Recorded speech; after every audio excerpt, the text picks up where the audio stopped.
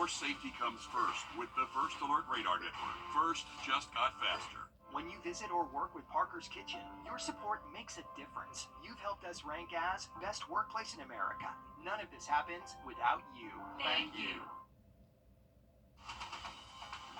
Live from Augusta, you're watching News 12 at 6 o'clock. Good evening and thanks for joining us. I'm Wrdw.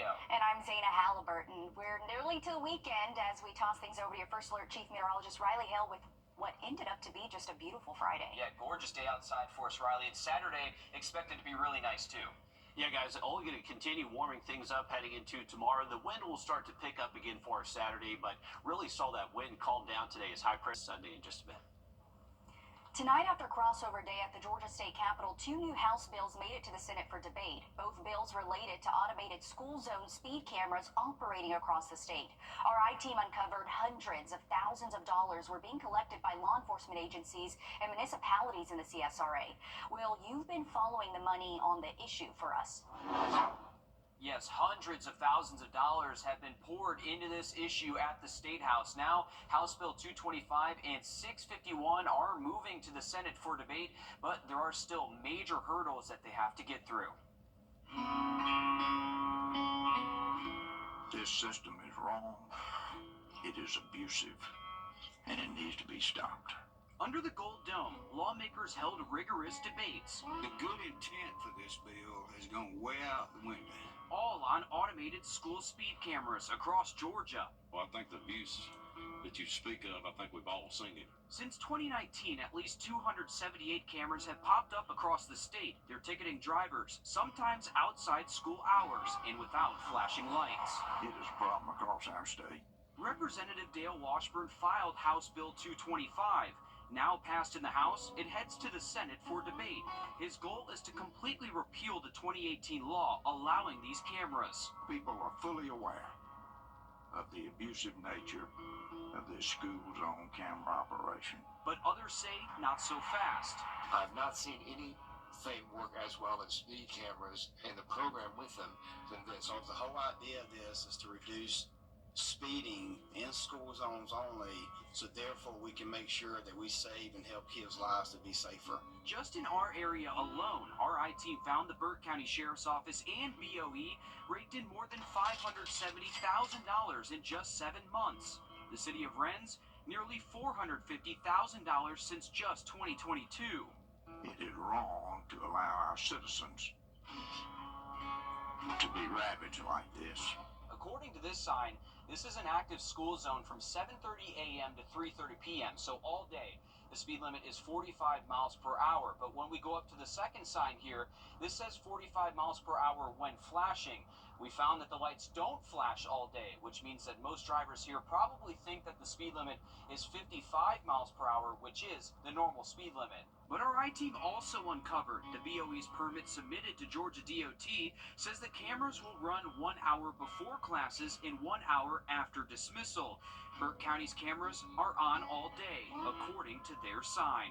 We also found the radar Ultimate uses is not on the approved list of speed detection devices with the Georgia Department of Public Safety. In a committee hearing, Georgia Representative Washburn pointed to what your I-team uncovered about speed cameras and questioned if such cameras are for protection or profit. I got an email last week from a little county over there in the Augusta area. They have put these in. There's one school, it's on a bypass, there's no sidewalks, and there's no kids walking. They have collected $500,000 in 7 months. But now lawmakers like Alan Powell are trying to cool the temperature on the issue. He's introduced House Bill 651, which is also on its way to the Senate for debate. So we're giving them a second bite to look at something that's a whole lot more rational and a whole lot more workable. He wants to clean the bill up by adding guardrails. That includes a 4-hour window the cameras can operate, an hour before and after arriving to school, and an hour before and after dismissal. Also, any revenue generated, half will go towards local schools for school safety grants, which the county would disperse. It was done for school safety, but it's something that got out of hand. But they're still concerned the bills won't make it to the finish line, much like last year. And I'll just say this, just follow the money. And if you follow the money, you'll see where we're going with this. Our I-team uncovered state lawmakers profited off these camera companies too. Ridspeed Georgia and Blue Line Solutions donated nearly $550,000 to lawmakers from 2019 to 2025. And Ultimate, which runs the cameras in Burke County, donated $350. All of that money going to lawmakers, public officials, and committees meant to represent you, the taxpayer. I am seeking to end this with this bill, not to mend it.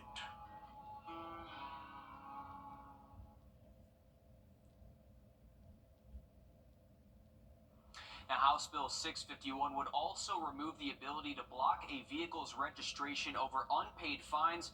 Our I-team is still working to get the citations from the sheriff's office and the camera company. We have not heard back yet.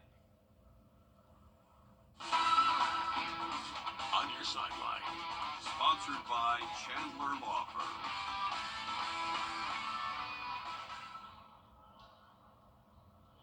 Well, we finally made it to the end of the high school basketball season. Here in Florence, two more teams walking away with first place trophies. Earlier today, it was the North Augusta girls basketball team walking away with one of those trophies. The boys team looking to follow them up right after, but unfortunately not able to get it done. The Yellow Jackets took on Lancaster this afternoon, and it was just not a game that Tony Harrell's team was able to get going. They led by 3 at the half, but Coach Tony Harrell's team only dropped one game prior to today. But once they lost that lead, it was never coming back. Darren Dunbar had a big day in his final game in a Yellow Jacket jersey. Number 10 led his team in scoring, but as I said, there just wasn't an answer for this team. The defense struggled to get stops, and they went down by as much as 15 points in the fourth quarter. A fantastic season comes to a bitter end in Florence as North Augusta loses the 4A boys state title game 69-55 against Lancaster. And it's not only the end of high school basketball here in South Carolina, it's also the end over in Georgia. Your News 12 sports director, Alyssa Lyons, was in Macon for the Washington Wilkes girls basketball game. The Washington Wilkes girls basketball team's final game of the season was a memorable one.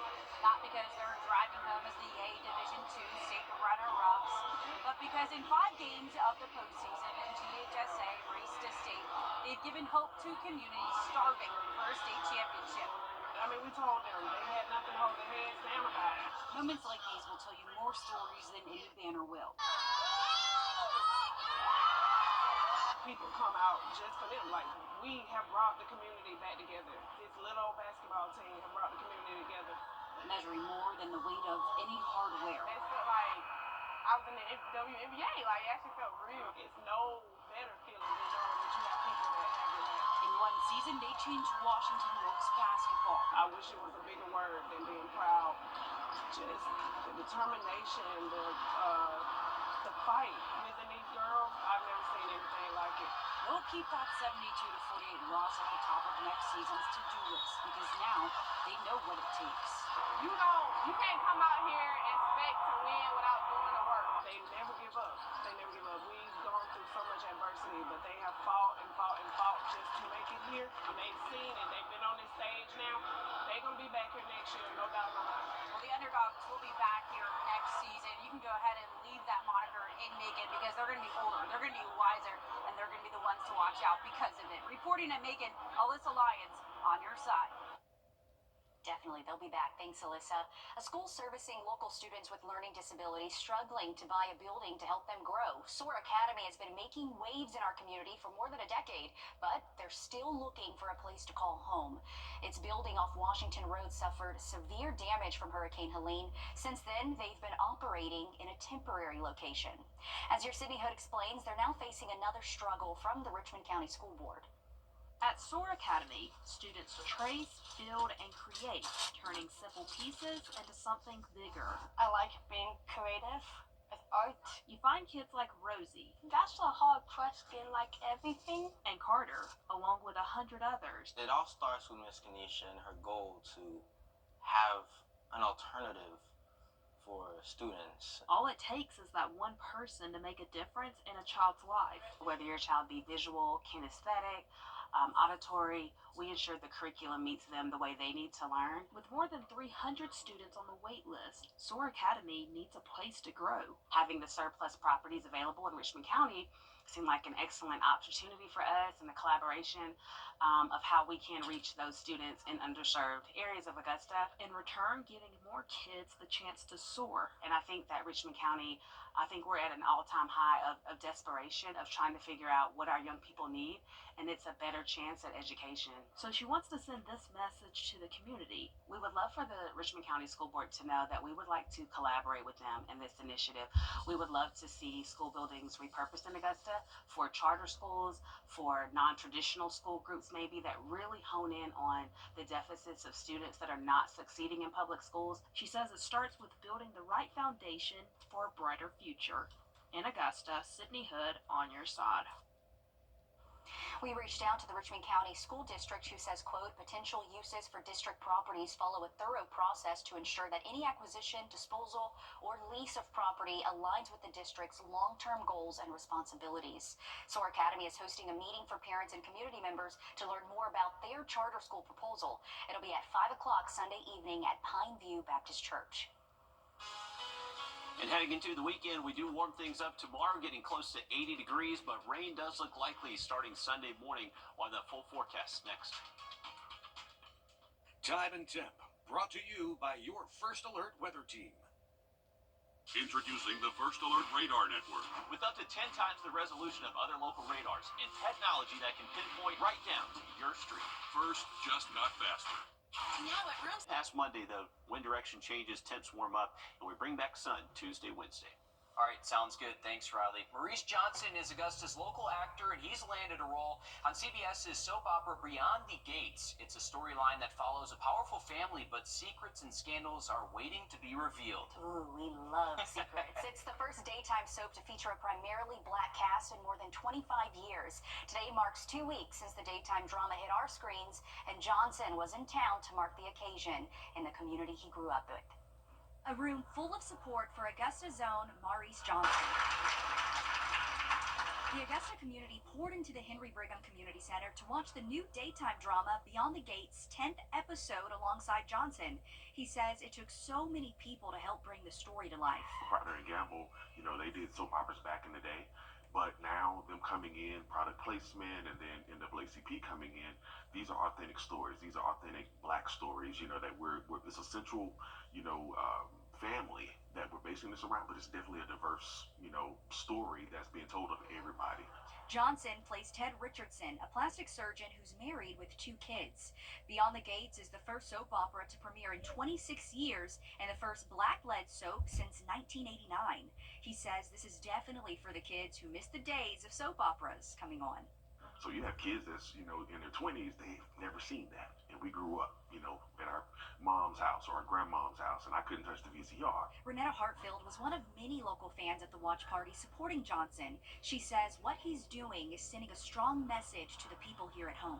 If you watch someone that looks like you and you see them on a television screen, on the big screen, on the small screen, they are there because they put the time in and they put the heart in. And that means that you can do the same thing.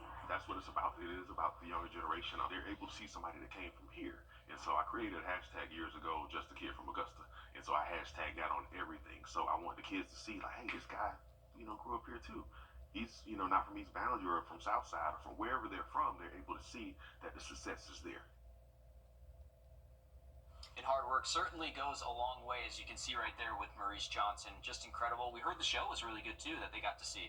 It is. I actually started it, and again, I love drama, so I'm going to continue to watch it. And it's so nice to see, someone here from the Augusta area. So huge congrats to him. This isn't his first time on TV, though. He's done a number of films and also stage plays, so he's just on the up and up. It's also shot right here in Georgia at our parent company, Gray Media's Assembly Atlanta Studios, which is neat. If you want to watch it yourself, you can do that on CBS at 2 o'clock and also stream it on Paramount+. We're back after a quick break. First Alert Radar, powered by Jim Hudson Automotive Group. Don't miss Ashley. There's another beautiful mural in Augusta. It's called Golden Blocks, a community built on the shoulders of giants by local artist Theron Cartwright. The vision was fostered by the Lucy Craft Laney Museum and the community for the Golden Blocks, honoring Augusta's African American heritage. You can find it on the Fresh Starts and SOAR building on Laney Walker Boulevard. Pretty cool looking mural there. Man, so much talent here in our area. Love to see it. And hiring our heroes. Next Wednesday and Thursday, Fort Eisenhower will be hosting their Amplifying Military Spouse Hiring event. It's 2 days of free career events, whether you're trying to find a job, changing careers, starting a business, or just trying to figure out what the next step in your work life is. Jervis Blanding is an employment readiness manager with the Army Community Service who says spots fill quick for these events. If a military spouse out there would like to sign up, please do so very quickly, because that space is limited and it's going to be a great event. We have details on how to sign up on our website, wrdw.com. All right, shopping has never been more convenient. A few clicks and you can find out what a business has to offer or look up the daily special at the new restaurant in town. But business owners know standing out can be the difference between expanding your business or going out of business. Connecting people to products is one of the goals of WRDW's multimedia marketing team. And next week, WRDW is offering free marketing sessions to local businesses. Today, the modernized consumer journey, it's all marketing. We are constantly inundated with messages. So our goal is to make sure that we know how to reach those consumers across all those engagement points, and most importantly, have a fantastic creative messaging strategy that's the heartbeat of our marketing campaigns. The event is called Grand Slam Marketing. They are free available sessions, 3 free available sessions. Again, registration is free. We put a QR code on the screen that takes you to the registration page. Refreshments, breakfast, or lunch will be served depending on the time of the session. Wednesday, March 12th at 9:30 a.m. or noon. Thursday, March 13th at 9:30 a.m. It'll be at our station off Cabela Drive in Augusta, across from the Olive Garden and next to Dave & Buster's. Riley? We'll take a look at our 3-degree guarantee, brought to you by Tub Doctor. Our forecast 69, actual high 68. It was a beautiful day out there for our Friday. $50 heading towards SOAR Academy. Having a look at 7-day forecast just after break.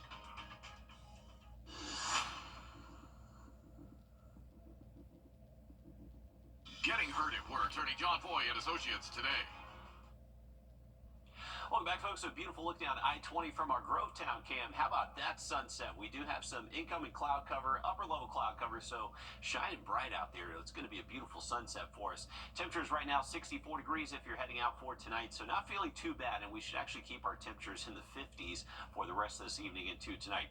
It is going to be feeling a little bit warmer Saturday. Those high temps will hit the upper 70s, but you can see as we head throughout the day on Sunday, temperatures will max out most likely in the upper 50s, so about a 20-degree temperature drop between those 2 days. Now, we are expecting rain to show up early Sunday morning, but by Sunday afternoon, it does look a little bit drier. More rain Sunday night into Monday. It is going to be cool again as we start off next week, but warmer high temps and plenty of sun as we head towards Tuesday and Wednesday. Okay, I like it. Thanks, Riley. We're back live on 26 News at 7. In for News 12 at 10 and 11 o'clock. Thanks for watching.